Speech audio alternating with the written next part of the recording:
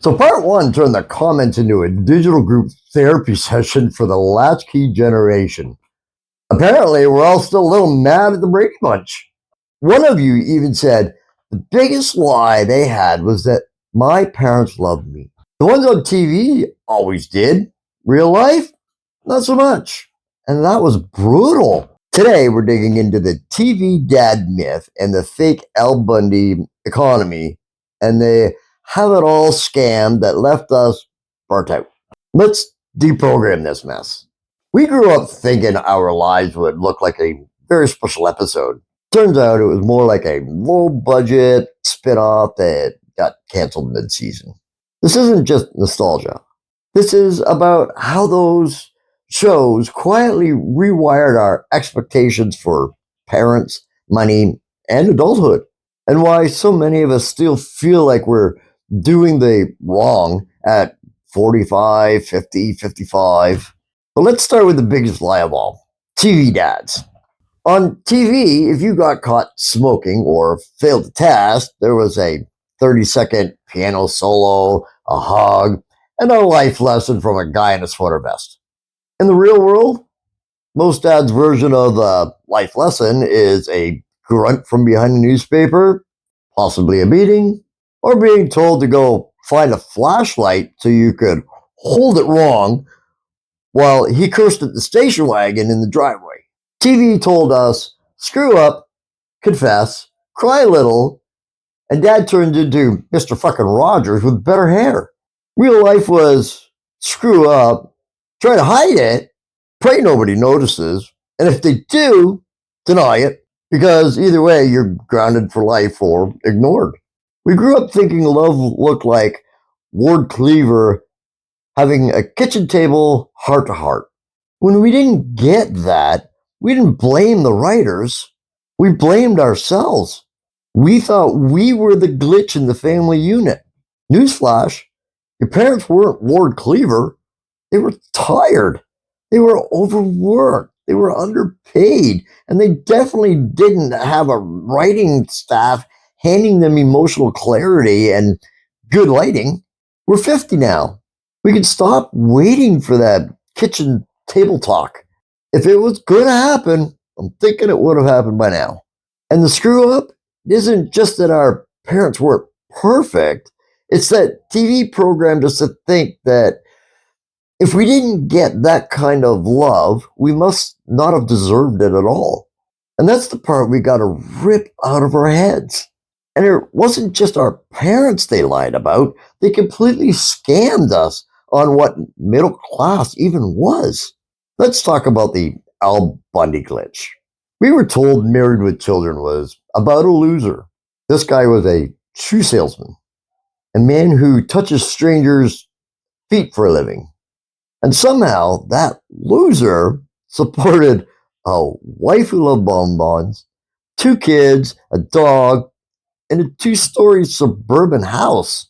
Today, Al Bundy would be living in a 2005 Corolla behind the Taco Bell, changing his work shirt in the back seat and praying his DoorDash rating didn't drop.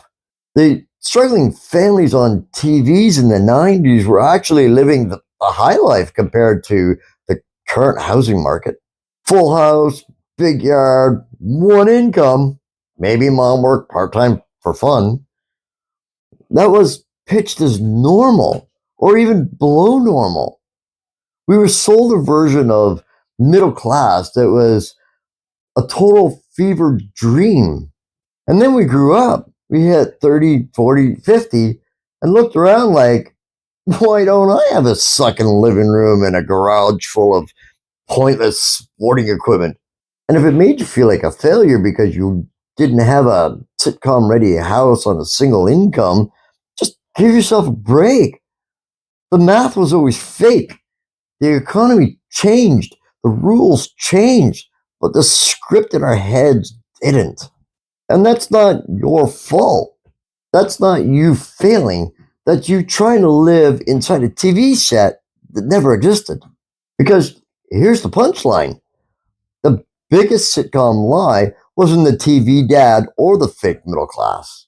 It was what they told Gen X about having it all, and how that lie still runs in our lives at 50 years old. Let's talk about the career lie, especially the one they sold Gen X women, but they messed all of us up. You were the first generation of women told that you could have it all. Sounds empowering, right? In reality, having it all just meant doing all the housework, all the parenting, and all the 40-hour work week grind with zero of the support systems that made that even remotely possible. You were promised Murphy Brown and Claire Huxtable, strong career women, cute apartments, office drama, kids who only existed when it was convenient to the plot. What you got was permanent exhaustion, a vitamin deficiency, and HR telling you were like family right before the layoffs. And it didn't just hit Gen X women. Gen X men got told the script too. Be the rock, never complain, provide like TV dad. But in an economy where TV dad's salary doesn't even cover the rent, your worth is your paycheck, but also to be emotionally available fathers, and also don't be needy, and also don't burn out. We were raised through all of this. Some of us have adult kids now launching their own mess of gig work and side hustles and entry level jobs that still require 3 years of experience. We were told that college was the golden ticket. Instead, it was a debt trap, and it gave us front row seats to three different once in a lifetime economic collapses: the dot-com bust, the housing crash, and let's not forget the pandemic. Collect them all, kids. At some point, we realized that there was no very special episode coming to fix our lives. No mentor, no big reveal, no surprise inheritance from a quirky uncle. So we just kept going. No plan, just still here. And that's the Gen X superpower. We don't have a vision board. We have a junk drawer and a bad back and a very, very twisted sense of humor. Look, we can't go back and fix the 80s. We can't reshoot our childhood with better parents or better finances or a competent government, for Christ's sakes. But we can stop letting those flickering ghosts in the TV set tell us how we're supposed to feel about our lives now. We're the generation that survived lawn darts and secondhand smoke and getting left at Blockbuster while our parents just ran one more errand. We were raised by the TV, the microwaves, and whatever snack food had the most neon food dye in it. And somehow we're still here, paying bills, taking care of aging parents, and trying not to screw shit up on our kids too badly, even the grown ones. So if you look at your life and think, why doesn't it look like it did on the TV? The answer is because the TV was lying. Your life is never broken. The script was.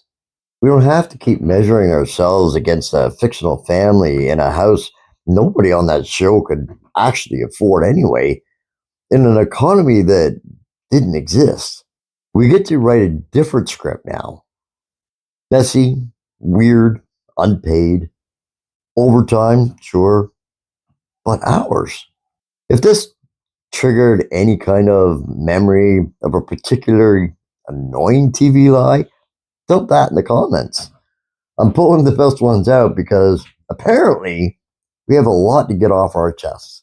Standard YouTube contract says I'm required to say like and subscribe at least once per video. So there it is. I did it. Moving along. But if you want to keep deprogramming this garbage together, stick around. I'll see you in the next one.